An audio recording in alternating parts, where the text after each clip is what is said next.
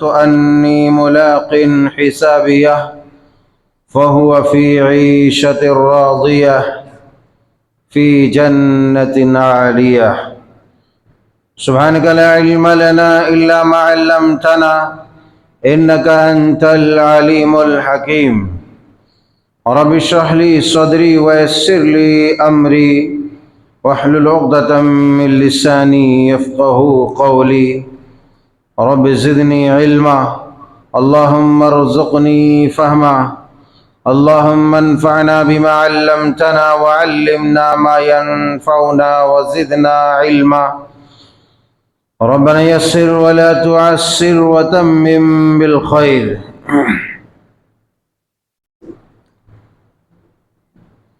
اللہ وحدہ لا شریک، خالق کائنات، مالک ارض و سما، مدبر جہاں ہی کے لیے ہر قسم کی حمد و ثنا، بزرگی و برتری قابل بیاں، اور ہر طرح کی اطاعت اور عبادت اسی کے لیے خاص ہے، جس نے دین حنیف کا ہم سب کو پیروکار بنایا ہے۔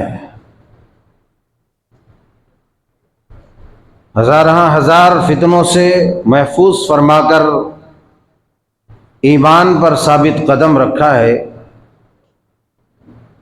فللہ الحمد ولہ الشکر، سبحان اللہ وبحمدہ سبحان اللہ العظیم۔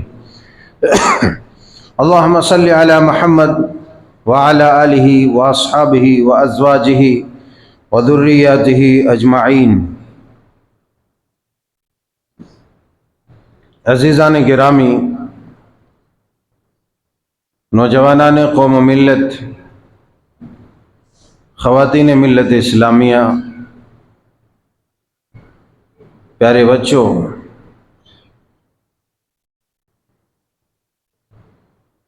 قیامت کی ہولناکیاں اور میدان محشر کی ہنگامہ آرائیاں آپ سماعت فرما رہے تھے۔ اسی سلسلے کی 25ویں گھڑی جو میزان اور اوزان عمل پر مبنی ہے، ہم آپ کی سماعتوں کے حوالے کرنے کی کوشش کر رہے ہیں۔ رب تعالیٰ سے دعا ہے کہ پروردگار عالم عز و جل ہمیں حقائق کو پوری صداقت اور امانت کے ساتھ بیان کرنے اور ہم سب کو صحیح طریقے سے سننے اور کما حقہ عمل کرنے کی توفیق عطا فرمائے۔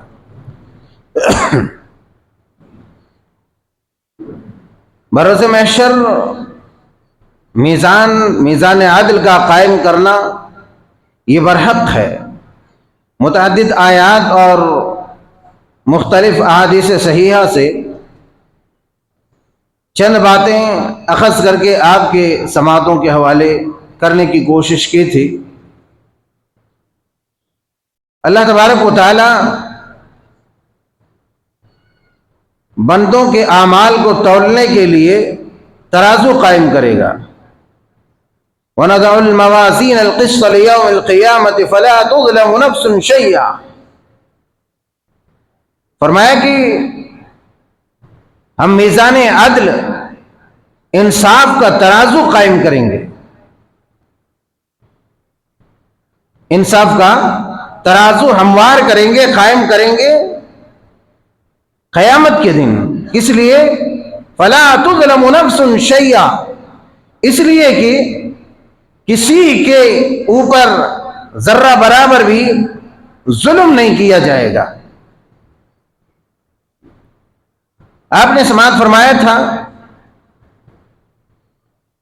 کہ جس آدمی کا پلہ بھاری ہوگا فَأَمَّا مَنْ ثَقُلَتْ مَوَازِينُهُ فَأُولَٰئِكَ هُمُ الْمُفْلِحُونَ فَأَمَّا مَنْ ثَقُلَتْ مَوَازِينُهُ فَهُوَ فِي عِيشَةٍ رَاضِيَةٍ، کہ جس آدمی کا نام اعمال کا پلہ بھاری ہو جائے گا، نیکیوں والا پلڑا زیادہ جھک جائے گا تو وہ عیش و عشرت والی زندگی میں رکھا جائے گا.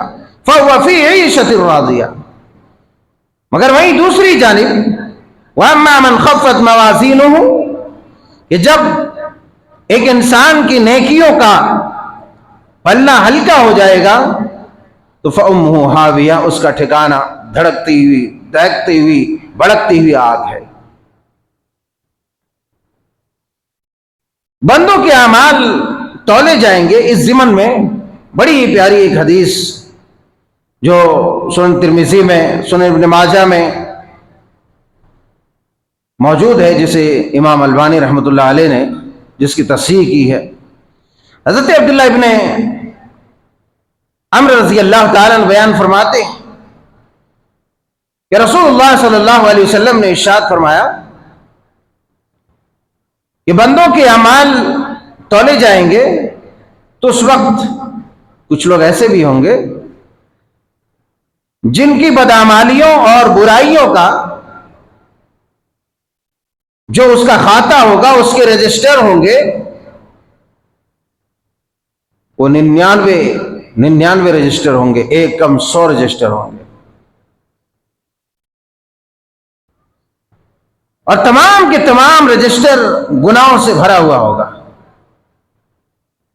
اللہ تبارک و تعالی کے سامنے بندہ پیش ہوگا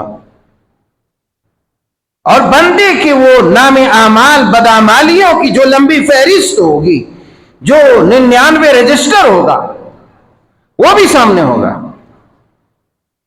اللہ تبارک و تعالی بندے سے سوال کرے گا کہ میرے بندے تو یہ بتا کہ یہ جو 99 رجسٹر ہے، اس میں جو تمہارے گناہ ہیں، ان میں سے کسی کا انکار تو کرتا ہے؟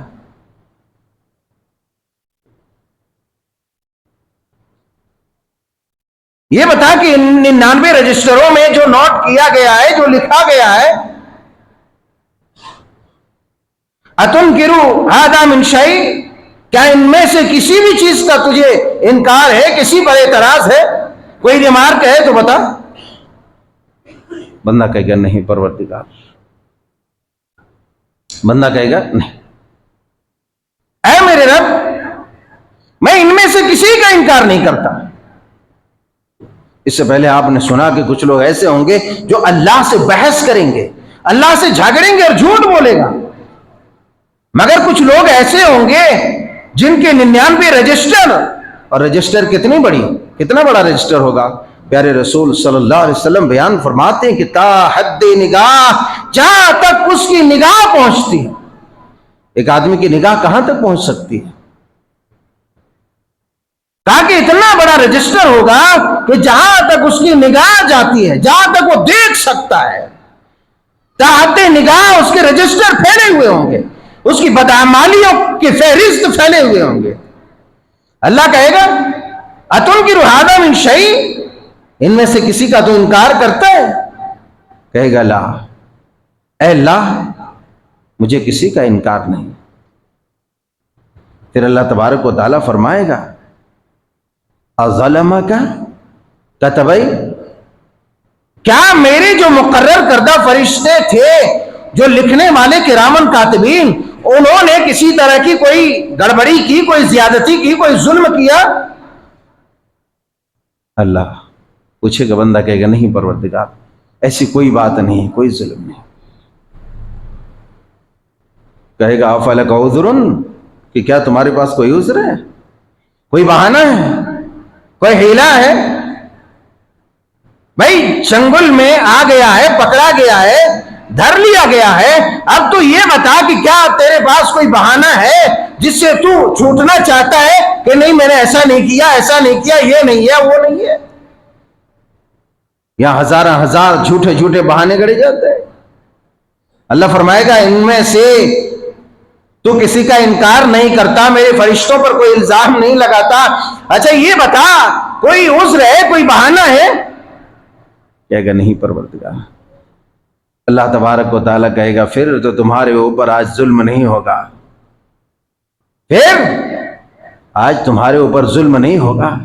ایک مجرم پکڑا جائے اور اس کو سزا دینے والا کہے کہ آج تیرے اوپر ظلم نہیں ہوگا، جبکہ اسے معلوم ہے کہ اس نے جرائم کیے، تو یہی نہ سمجھے گا کہ بیٹا آج تو خیر نہیں ہے، آج گیا میں، آج پھنس گیا. اللہ کہے گا آج تیرے اوپر کوئی ظلم نہیں ہے، کوئی ظلم نہیں ہوگا.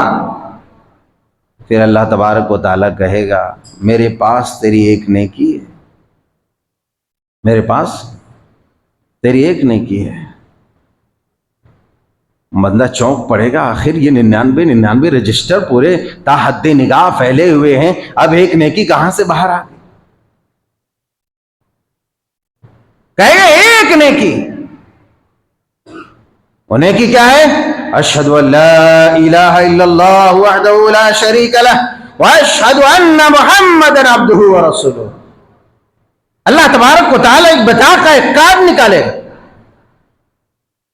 پھر اس کے ہاتھ میں تھما دے گا، کہے گا احضر وزنک، ترازو حاضر کیا جائے، ترازو میں یہ چیز رکھ دو لے جا کر کے. بندہ دیکھے گا ادھر 99 رجسٹر کتنے بڑے، جہاں تک اس کی نگاہ پھیلی ہوئی ہے، جہاں تک وہ دیکھ سکتا ہے اتنے بڑے رجسٹر، اتنی بڑی بڑی کاپیاں جس میں اس کے کالے کرتوت نوٹ کیے گئے ہیں. اور ادھر اللہ ایک کارڈ نکال کے دے گا، اللہ کہے کہ لے جا اس کو، رکھ لے جا کر کے احضر وزن کا.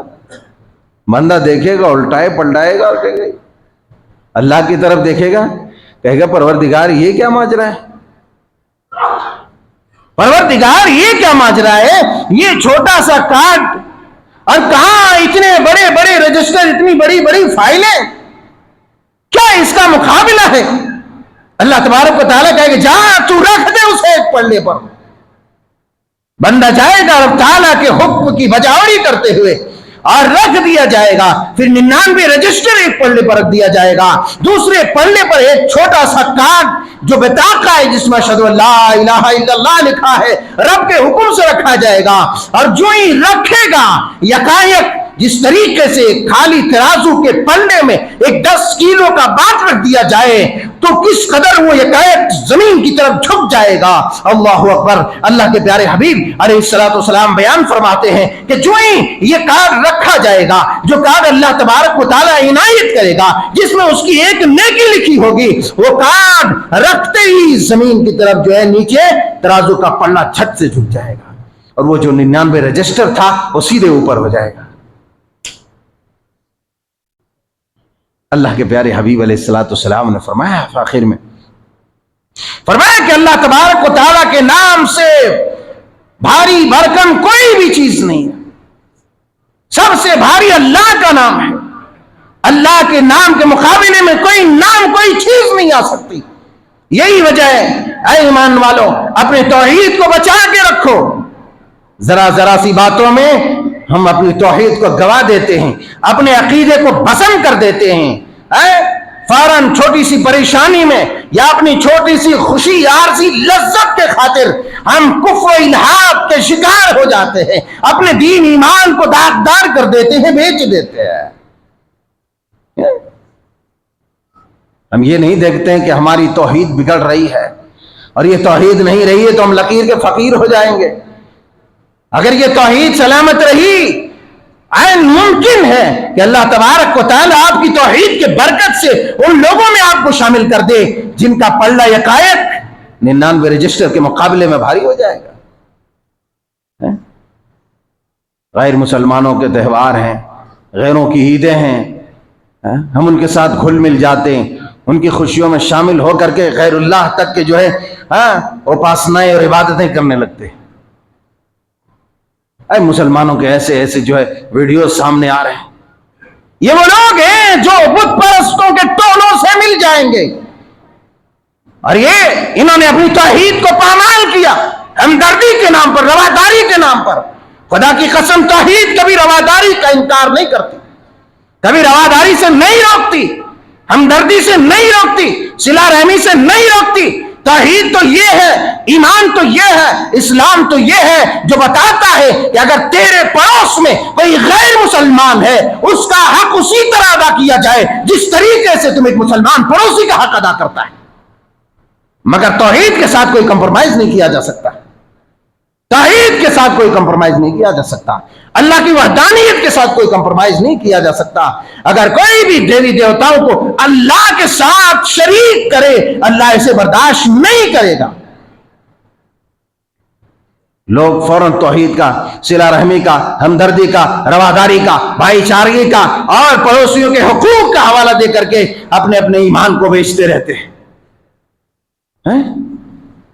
اپنے اپنے ایمان کو بیچتے رہتے ہیں۔ کوئی غیر مسلمان آپ کو مجبور نہیں کرتا کہ ان کے دیوتاؤں کے سامنے ناریل پھوڑو، سندور ڈالو، کپڑے چڑھاؤ، کوئی مجبور نہیں کرتا، یہ تو تم اپنے آہو بھگت کے لیے کرتے ہو، آہو بھگت کے لیے ان کے ساتھ شریک ہو جاتے ہو۔ اپنی توحید کو بچاؤ، کہنے کا غرض مطلب یہ ہے کہ نام اعمال جب وزن ہوگا اللہ تبارک و تعالی آپ کی توحید کی برکت سے آپ کو نجات دے دے گا، آپ کو کامیاب کر دے گا اور جنت میں داخل کر دے گا۔ اگر آپ کی توحید سلامت نہیں رہی پھر کوئی چیز آپ کو بچا نہیں سکتی، کوئی چیز بچا نہیں سکتی۔ اس لیے توحید کی حفاظت ضروری ہے۔ حدیث پاک میں جس چیز کی طرف اصل اشارہ کرنا تھا اور جو محل استدلال ہے وہ یہ ہے کہ اللہ تبارک و تعالی قیامت کے دن انسانوں کے اعمال کو وزن کرے گا، انسانوں کے اعمال کو وزن کرے گا۔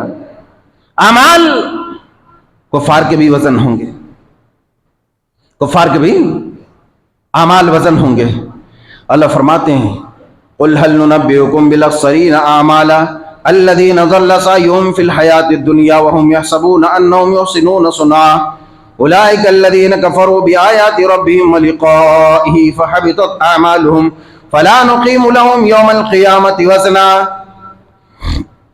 کیا کہ عمل کے اعتبار سے جو سب سے زیادہ نقصان اٹھانے والا، گھاٹا اٹھانے والا جو ہے، کیا اس کے بارے میں میں خبر نہ دے دوں؟ قل هل ننبئكم بالاخسرین اعمالا، اے میرے پیغمبر آپ کہہ دیجئے کیا عمل کے اعتبار سے جو سب سے زیادہ نقصان اٹھانے والا ہے میں اس کے بارے میں تمہیں خبر نہ دے دوں؟ الذین ضل سعیہم فی الحیاۃ الدنیا، کہ جن کی دنیاوی کوششیں گمراہی پر مبنی ہے۔ الذین ضل سعیہم فی الحیاۃ الدنیا وہم یحسبون انہم یحسنون صنعا، اور وہ یہ گمان کر رہے ہیں کہ وہ نیکی کر رہا ہے، وہ خیر خواہی کر رہا ہے، ہمدردی کر رہا ہے، رواداری کر رہا ہے، پنیہ کا کام کر رہا ہے، مگر وہ گمراہی پر ہے، اس کی کوششیں گمراہی پر مبنی ہے، وہ اللہ کی ناراضگی والا کام کر رہا ہے۔ اس میں اہل بدعت، اہل شرک جو ایمان پر ہوتے ہوئے بدعت و خرافات، عقائد میں بدعت، اعمال میں بدعت اور عقائد میں شرک، کفر، اعمال میں شرک یا کفر یا اعمال کے جو مرتکبین ہیں ان کے لیے ہے کہ لوگ دین کے نام پر، ہمدردی رواداری کے نام پر، حسن سلوک کے نام پر ایسی گمراہیوں کا ارتکاب کرتے ہیں اور وہ سوچتے ہیں کہ میں تو بڑا اچھا کام کر رہا ہوں، میں نیکی کا کام کر رہا ہوں، میں بھلائی کا کام کر رہا ہوں۔ اللہ تبارک و تعالی بیان فرماتے ہیں الذین یحسنون صنعا، یہ لوگ گمان کرتے ہیں کہ یہ اچھا کام کر رہے ہیں مگر یہ اچھا کام نہیں کر رہے۔ اولئک الذین کفروا بآیات ربہم ولقائہ فحبطت اعمالہم فلا نقیم لہم یوم القیامۃ وزنا، انہوں نے اپنے پروردگار کی آیات کا انکار کیا، انہوں نے اپنے اعمال کو ضائع کر لیا، ہم ان کے نام اعمال کا وزن نہیں کریں گے۔ اللہ والوں سامنے آ جاؤ، نیک لوگوں سامنے آ جاؤ، اے جوان بزرگوں سامنے آ جاؤ، عقل والوں سامنے آؤ، ایمان والوں سامنے آؤ۔